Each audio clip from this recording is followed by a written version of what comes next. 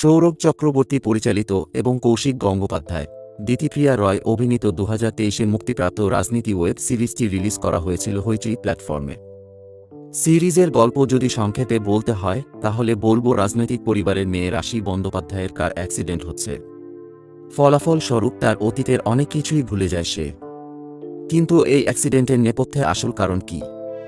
এ কি নেহাতেই অ্যাক্সিডেন্ট, নাকি এর পেছনে কোনো রাজনৈতিক ষড়যন্ত্র খেলা হচ্ছে, নাকি কোনো ব্যক্তিগত আক্রোশ? প্রশ্নগুলোর উত্তর পেতে দেখে নিতেই হবে কিছুটা সাইকোলজিক্যাল থ্রিলার, কিছুটা ক্রাইম ফ্যামিলি পলিটিক্যাল ড্রামার মিশ্রণ রাজনীতি। সিরিজের মুখ্য চরিত্রে রথীন বন্দ্যোপাধ্যায়ের চরিত্রে রয়েছেন কৌশিক গঙ্গোপাধ্যায়, রাশি বন্দ্যোপাধ্যায়ের চরিত্রে দিতিপ্রিয়া রয়, মল্লিকা বন্দ্যোপাধ্যায় চরিত্রে কনিনিকা বন্দ্যোপাধ্যায়, সৌনক সেন চরিত্রে অর্জুন চক্রবর্তী, ডক্টর দেবজিতের চরিত্রে অনিরুদ্ধ গুপ্ত, শোভন চক্রবর্তী রয়েছেন মিনহাজ আহমেদের চরিত্রে। এই সিরিজের সবচেয়ে প্রথম পজিটিভ দিক হিসাবেই বলবো এর লেখনী, এর গল্প। বাংলা সিনেমা হোক কিংবা সিরিয়াল, সিরিজ, এদের মধ্যে রাজনীতি নিয়ে কথা বলতে কখনো দেখি না। সবাই সেফ খেলে যাচ্ছেন, যেন পশ্চিম বাংলায় কোনো রকম রাজনীতি হয় না এবং সেই রাজনীতি কোনো সাধারণ মানুষকে কোনো রকম এফেক্ট ফেলে না। কিন্তু পরিচালক ও প্রোডাকশন হাউস সরাসরি আক্রমণ না করলেও যথেষ্ট সাহস দেখিয়েছেন। ছোট ছোট চরিত্রগুলো পর্যন্ত নিজস্ব ডিটেইলস পেয়েছেন। খুব সোজা ভাষায় প্রত্যেক চরিত্রগুলো রক্ত মাংসের মানুষ হয়ে উঠেছে। চিত্রনাট্য খুবই যত্নে লেখা হয়েছে, সেটার প্রশংসা করতেই হয়। শুরু থেকেই অনেক ডিটেইলস, ফেসিয়াল এক্সপ্রেশনের দ্বারা ক্লু দেওয়ার চেষ্টা করা হয়েছে, যেগুলো সিরিজের শেষ দুটো এপিসোডে গিয়ে কানেক্ট করা হয়। লেখনীর কথা যখন উঠছেই তাহলে বলতেই হয় ডায়ালগসগুলো মনে রাখার মতো। দ্বিতীয়ত পারফরম্যান্সের নিরিখে প্রথমেই বলবো কৌশিক গঙ্গোপাধ্যায়ের পারফরম্যান্স অসাধারণ এক কথায়।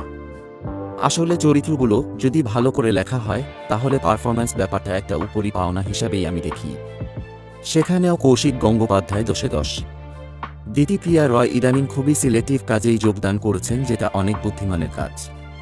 টেলিভিশনে করুণাময়ী রানী রাসমণি তাকে স্পটলাইটে আনে, এরপর ডাকঘর সিরিজটিও জনপ্রিয় হয়। আর এইবার রাজনীতিতে তার পারফরম্যান্সও সেয়ানে টক্কর দেওয়ার মতো। কনিনিকা বন্দ্যোপাধ্যায়ের one of the best performance, বাকিরাও মোর দ্যান অ্যাভারেজ। তৃতীয়ত টেকনিক্যাল ডিপার্টমেন্ট, পরিচালনার দায়িত্ব সামলিয়েছেন সৌরভ চক্রবর্তী। তার খুব বেশি কাজ দেখা হয়নি, এই কাজটা দেখার পর তার কাজের প্রতি একটা বিশ্বাস গড়ে উঠল আমার। সৃজিত মুখার্জির তৈরি রবীন্দ্রনাথ এখানে কখনো খেতে আসেননি। সিরিজটিও আমায় অতটা থ্রিল করতে পারেনি যতটা এই সিরিজটা করেছে। বাংলা কন্টেন্টে খুব একটা পয়সা খরচ হয় না বললেই চলে। 4 দেওয়ালের মধ্যেই অধিকাংশ সিরিয়াল মার্কা সিরিজ কিংবা মাথা মুন্ডু ইন অফিল সিরিজ নিয়ে আসে হইচই। কিন্তু মাঝে মধ্যে মন্দার, ইন্দুবালার ভাতের হোটেল, রাজনীতির মতো কন্টেন্ট আসলে গর্ব হয় যে বাংলাতেও অন্যকে দেখানোর মতো কন্টেন্ট তৈরি করা হয়। প্রযোজকদেরও দোষ দিয়ে লাভ নেই, কারণ বাঙালি দর্শক ভালো কন্টেন্ট চাই বলে লাফালেও মন্দারদের মতো ক্লাসিক কন্টেন্টগুলোর থেকে সিরিয়াল মার্কা কন্টেন্টেই বেশি ভিউজ। প্রযোজক হিসাবে তিনি সেই কন্টেন্টগুলোতেই গ্রিন সিগন্যাল দিচ্ছেন যেগুলোতে বেশি ভিউজ, বেশি উপার্জন। তাহলে একজন সতর্ক দর্শক হিসাবে ঠিক করুন কোনো কন্টেন্টের ভিউজ বাড়াবেন, কোনটাকে সাপোর্ট করবেন।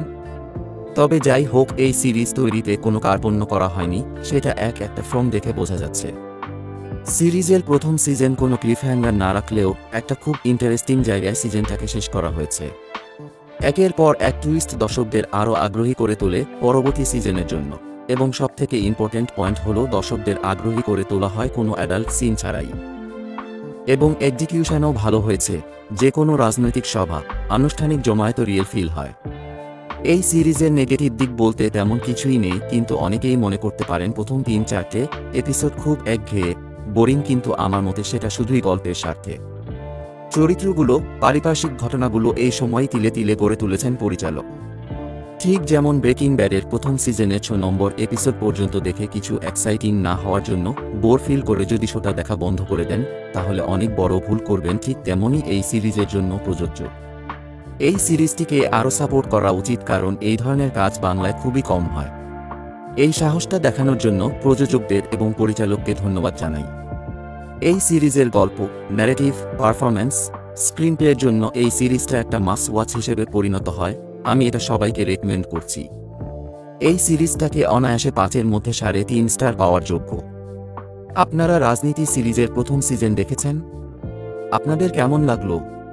আপনাদের মতামত জানান কমেন্ট করে। লাইক, শেয়ার, সাবস্ক্রাইব করুন এবং একজন নিউট্রাল দর্শক হয়ে উঠুন।